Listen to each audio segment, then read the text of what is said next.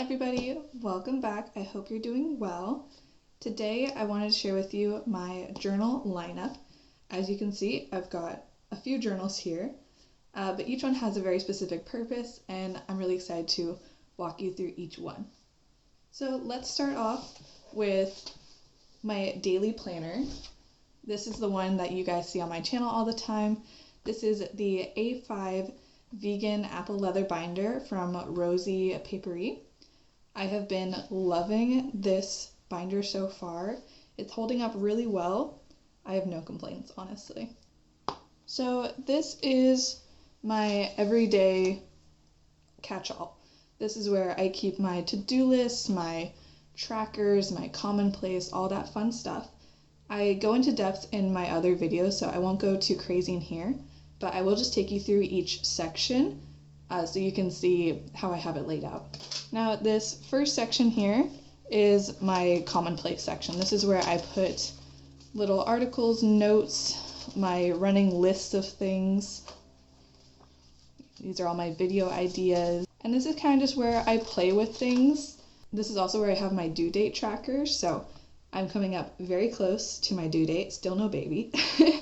If you're watching this, I should have my baby at this point because this video should be going up mid-April, but fingers crossed. And yeah, this is just kind of my catch-all artsy section. Then this starts my planner section. I made this dashboard myself in Canva, very proud of it. I also recently made this perpetual calendar, but I haven't filled it in yet. This next tab marks my current month. So this is where I have a monthly tracker. I'm covering this up because it's personal medical stuff, but this is my monthly tracker. I've been using it pretty consistently. On the back of the tracker, I have my gratitude, and then it goes straight into the month of March. The next section is my budget section. Pretty self-explanatory. I keep all of my budgets in here and my cash breakdowns. Next is my notes section. This is where I keep my blank pages, so I can just come back here, grab them when I need them. And then I keep all of my blank paper in the back here so I can print up more templates as I need them. And this final tab just leads to the back of my planner. This system has been working very well for me the past few months, and I'm constantly playing with it, refining it, and I think it's come a long way. Now, next in the lineup is my everyday journal. This is my catch-all for just written thoughts. It's unfiltered. It's a place for me to process things, to document things, and it's just a safe space for me, really. I'm not going to share the pages because they are very personal, but it's just a lot of writing. Now, I love keeping these journals because I think it's very important to have a place where you can write down your thoughts and just gonna get them out of your mind without judgment, without worrying about, aesthetics or anything like that. So this is a really unfiltered brain dump of a journal. Now, this is the fourth journal I've filled out. I can't find the other one, but as you can see, I have these other two. I like to stick with the classic black Moleskine. I know that there's some controversy over the quality of Moleskine paper. I personally don't use fountain pen, so I haven't really had an issue. I just use a Pilot ballpoint pen. That might change in the future, but for right now, I just love the size of the page. Something about it being a bit more narrow makes it a little less stressful for me to fill everything out. I feel like when the pages are wider, it just doesn't jive with me as much. So I really have been sticking with this format, as you can see, for a couple years now. This first journal is from 2019 to 2020. Then I have from 2020 to 2023. I was really inconsistent with this one, but it has a lot of really big memory moments in it for me. And then my most recent one, as you can see, I started this in January. This one ended perfectly at the end of the year. So I started this one in January, and I've already made quite a big dent because I've been a lot more consistent with my journaling routine recently and really valuing the memory keeping aspect of it.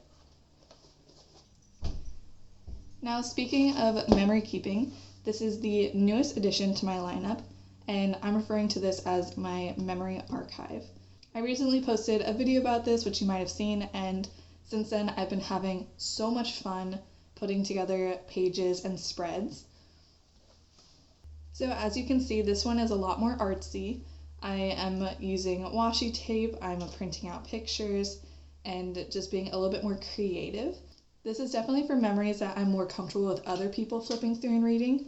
I totally imagine my son one day finding this and looking back about memories of, my fiance and I before he was born and all that fun stuff.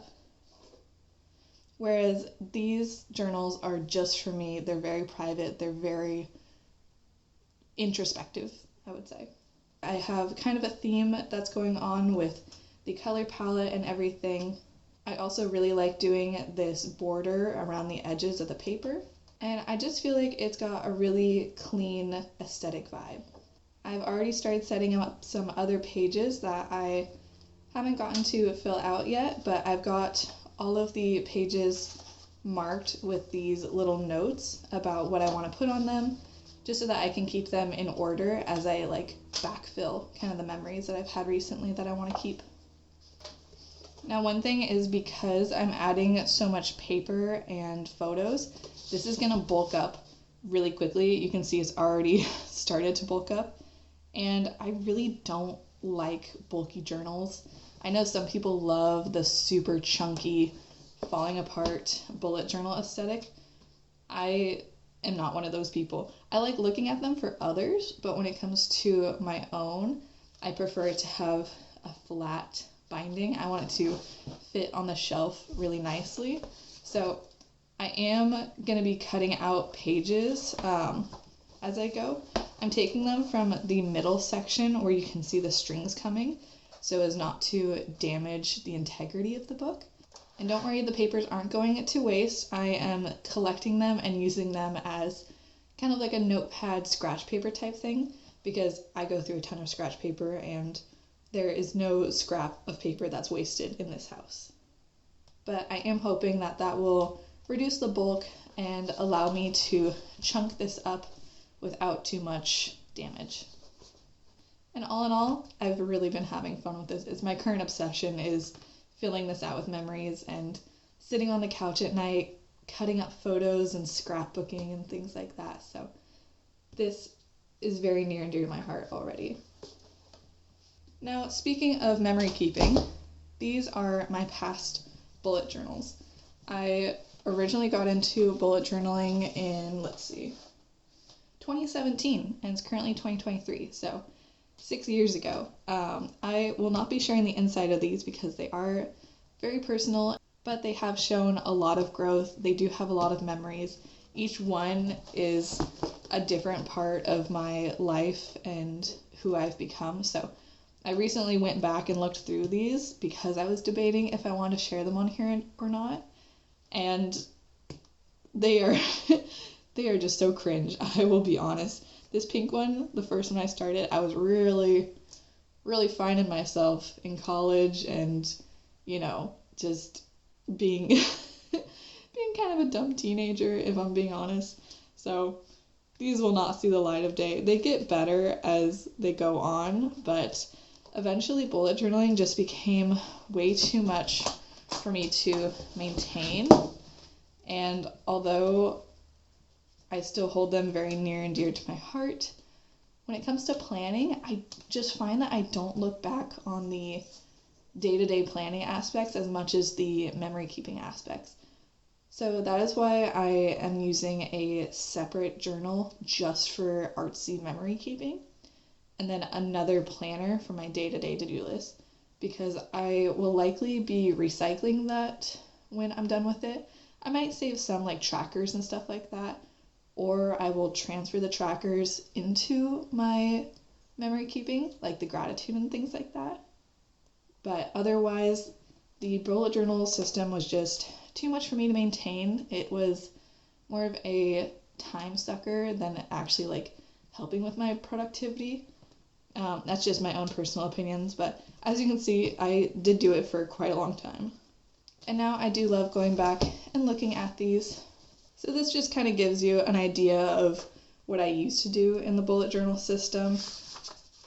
I experimented a lot with different daily setups and stuff like that. Used to use stickers a lot more. I think I got like a giant pack from Amazon or something, so I would just kind of stick in random things, but not as artsy as it could be, for sure.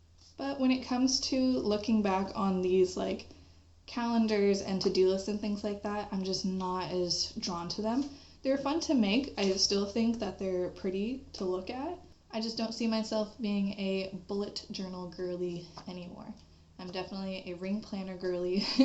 I'm a print out the calendar because I'd get so irked when I would draw a line and then get it messed up and then smudge it, and the perfectionist in me just really struggled with that. But being able to print out a calendar or whatever spread I want to play with, beautiful. Love it. All my memory keeping, I'll have in one journal. All my planning, I'll have in another. So that is it for my past bullet journals and memory keeping. The final notebook in my lineup, I believe everybody should have a tiny notebook.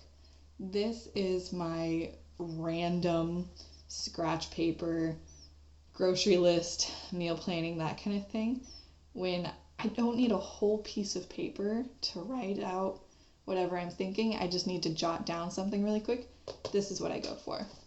Now this is the Leuchtturm A6, and as you can see, it's just a bunch of random lists and writings and brain dumps. If I'm out in public and I am having feelings and feeling anxious, or I want to remember something, I can pull this out, write it down super quick. It's not really big, so it doesn't take up a ton of space in my purse. I could even put it in like a little fanny pack or something if I wanted to. This is my grab and go memory dump list random journal. I used to use this size for like a mini bullet journal kind of thing. I would do just like really scratched daily pages. I actually might have some in here. Yeah, so like this. I would just do the day and then my to-do list. It wasn't anything fancy. I wasn't highlighting or adding stickers or doing really anything but the bare minimum. Sometimes I would do a spread of like time blocking, grocery list. So this was just a nitty-gritty, dirty planner with no frills, just grab and go. But I found that this didn't motivate me. I wanted something that was more personalized, more beautiful, that I want to reach for. Because that's the whole thing. If you're not gonna reach for the planner, you're not gonna use it. And having something like this that's beautiful and aesthetic, I can get creative with it while also being productive and change it so easily. That's what I really love about this system, is if I mess up a page or I'm not happy with something, I can take it out and still have the beautiful cover, still have all my stuff together, but customize it for what I need in that moment. Because your needs change. Sometimes a certain system works for a little bit and then your priorities shift and you need to try something new. And the ring planner really gives that flexibility that a bound planner doesn't. Well, that is it for my planner lineup. I really hope you enjoyed this little deep dive into my systems and why I use the journals that I use. Please let me know what your system is. How many notebooks do you have? Please help me justify having more notebooks than a girl could possibly ever need. I fill them out, but the addiction is real. I'd also love to know, are you a ring bound planner? Are you a bound planner? What type of system are you currently using that you are enjoying? Leave it in the comments below. Go ahead, like and subscribe if you enjoyed, and I'll see you next time. Bye, friends.